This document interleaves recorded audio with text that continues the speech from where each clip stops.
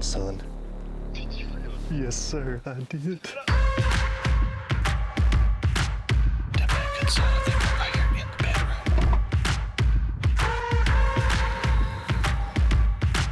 We rolling the dice on this one tonight. It might be the one that pays off. Well, we're watching the sunrise. We're headed west. Sun's to our back. And it's November, so we're headed to Illinois. Old Mark Lamont has got a plan for us. So we're gonna get in there, and Nathan's meeting us there. Let's see, Richard is coming up, and Justin Dillard is making an appearance. So it's gonna be a fun week. I'll get up here and see if we can't stop a couple old whitetail bucks and harass Mark. Illinois Rut Camp is one of the most special times, especially with Mark and his family, Lamont Outdoors. We have been going there for years.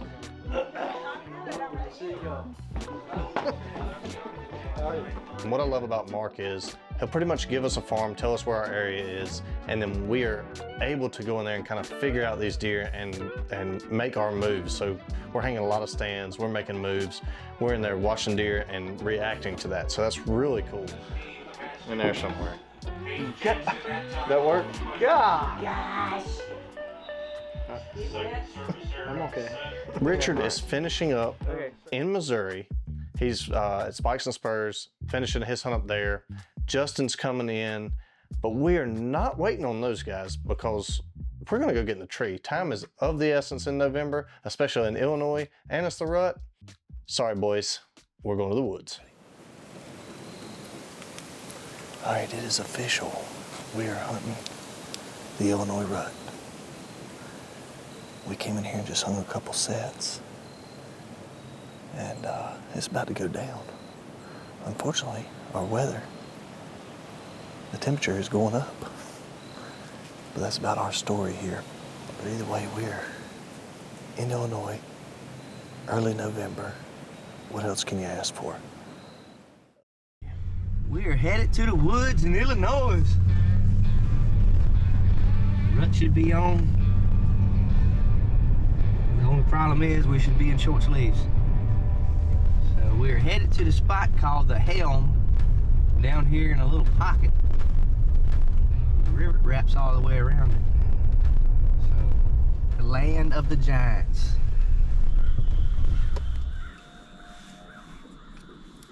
We had to come in here and hang in the dark this morning. We're feeling good about it. We got oil pumps to her. I guess that would be south. Got an oil pump in the front and it kind of necks all this down. Got a field right here.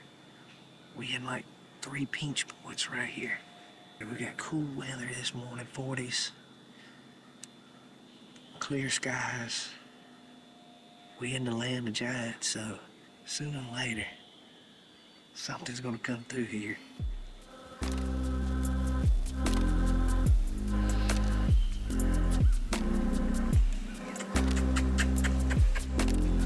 They ain't gonna come through here, he would not stop.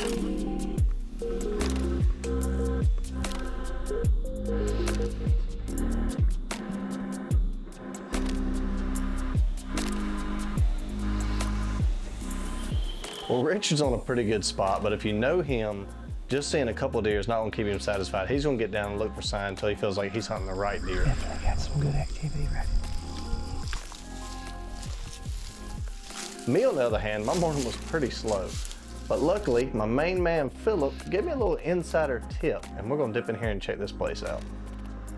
We just went in there and hung a set where Philip's been seeing a big deer. He's seen him 4 days, I think. And just didn't work out for him to get him killed, but he pretty much told us right where to go, and there's rubs in there that big. It's just a horrible sign. So the wind is not right to hunt it today, so we're gonna back out, go to a different spot, hunt it today, and then come back when the wind's right. So that's our plan. We got tomorrow covered. Now we gotta figure out for this afternoon.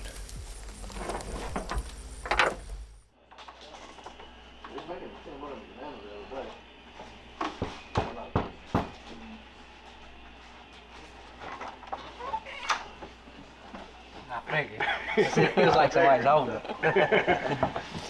My grip strength wasn't firm enough. I was getting ready to tweak it, and I was like, yeah. I don't know. Does and one small one, man, he come right to the right there. And then a coyote, and we had a coyote. I couldn't No, last thing you saw? The coyote was the last, yeah. So, that all pretty early, or? It was still trickling through. We didn't see anything till once the sun came through the trees, they were like vampires. Didn't see nothing else, and it was the same old Mater head and duck home. Well, it is the rut. We hunt in the mornings, we're hunting in the evenings, so you gotta rest when you can. Unfortunately, if I'm in camp, you're probably not gonna rest because I'm not much of a napper, and if you are, I'm gonna aggravate you.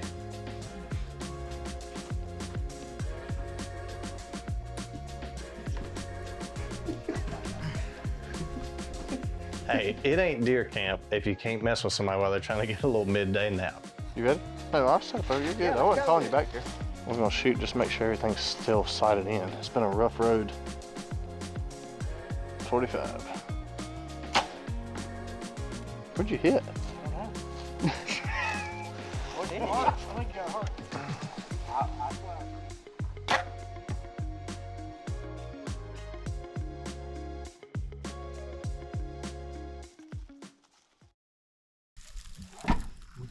We're gonna sneak in here off this little point. Do a little glassing this evening. It's also a good trail coming up through here off of this little CRP that comes off this point. We rolling the dice on this one tonight. It might be the one that pays off.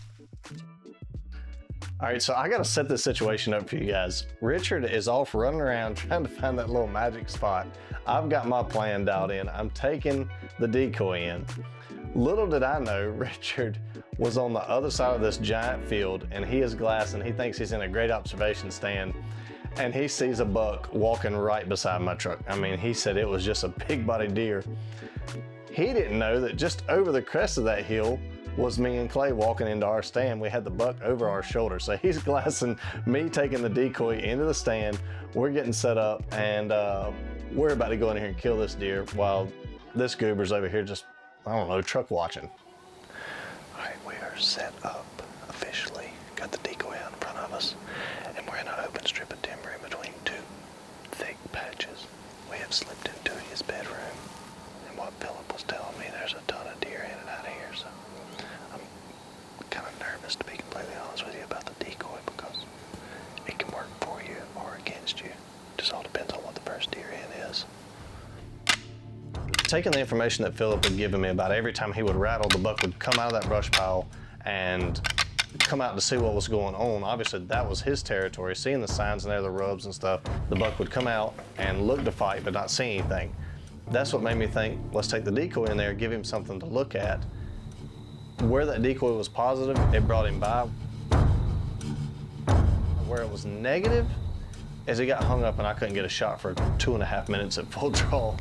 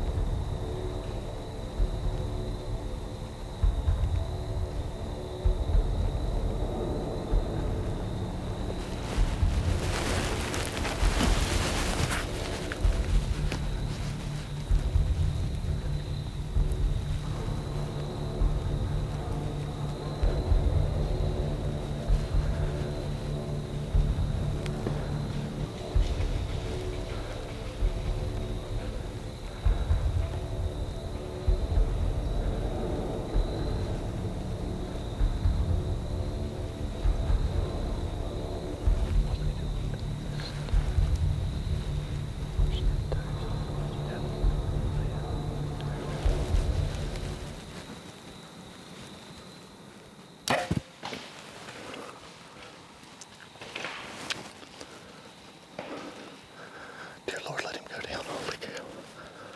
Oh, God. Oh, my gosh. God.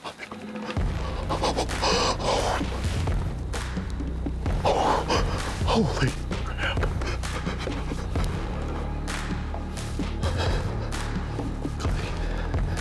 Clay, what is killed a giant, son?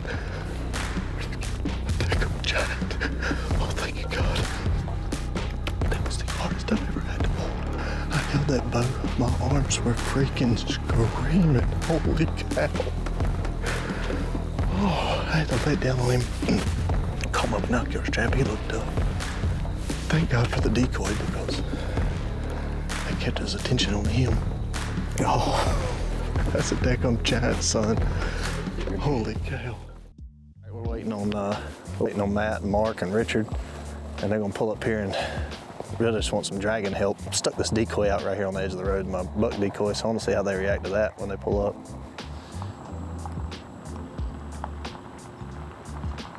What? What does it look like? It looks like a dead deer. Question, did you decoy him in? Yeah. Were you playing a prank on us or what? I'm like, look at that deer right by the truck. I wanted to see how that worked. What's up, my man? Comes in. I pulled a stomach muscle, like I'm crippled. I drew back, and he stepped behind a tree for 2.5 minutes. And that doesn't sound long, like us standing here talking for 2.5 minutes. When you're holding your bow, every part of my body was screaming. So then I go to let down, because he's staring at the decoy. I go to let down, and my daggum binoculars gets the string. And he kind of like, what the heck is that? When he turns around and he's stomping, and he gets behind another tree, and I think he's coming to my open, so I draw again, and he just stops behind the tree. I'm like, oh my gosh. Like, I had done put this thing on my leg. I'm sitting here doing everything, and I got the doe sitting there staring at us. He pushed her out of that thick mess, and then she came and brought him right by us. Oh, do I got a light? I do. I put mine in the front I seat. don't know. Is that the other? Yeah.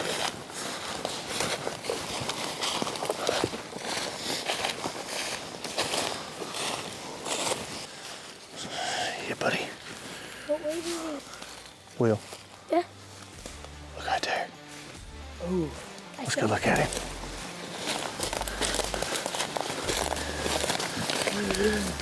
Hey, give me your light. What do you think, Mark? Is he still? Where you at? That's a hammer, ain't he? Philip's been after this deer. Philip put me on this deer, honestly. Philip and Mark, and he'd been hunting him. What do you hunt him every day, pretty much? And he had several close encounters. And then today was our first day in. We slipped in here and hung a stand, and it worked out. God, he's pretty. Just a heavy, heavy deer. Golly. I like when they come out and I don't have to worry if Mark's gonna get mad if I shoot it or not. Takes the pressure off both of us, doesn't it, buddy? Well, I have punched my Illinois buck tag. I'm ready to be at the lodge eating brownies, but Richard is quickly closing in on one. See if he can make it happen. All right, we're getting ready to sneak in here and get up in this set we've already hung. And it's about 80 degrees, hot.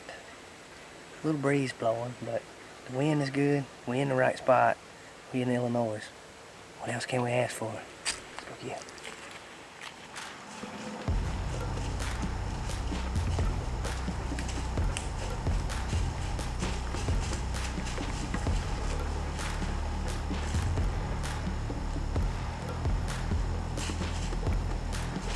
Man, we got a really nice angel just walking right up to us. Boy, if that had been North Carolina, I'd have been punching another tag.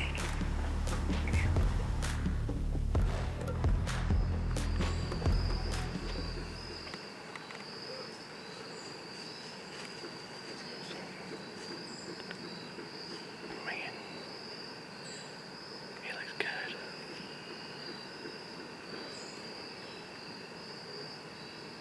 Yes, it's a 10, yes.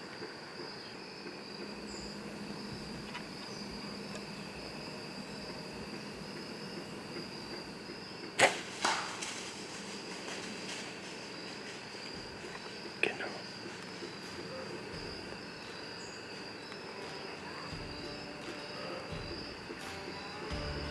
Hold on a second.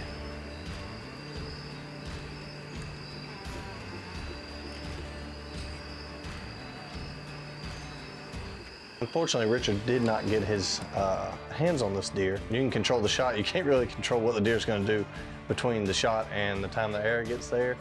But the buck is okay. Richard isn't even home yet, back to North Carolina 24 hours later, and Mark's getting a picture of this buck on his cell cam. He's fine, he's chasing does. No harm, no foul. I've been there too, buddy. Not gonna pick on you about it.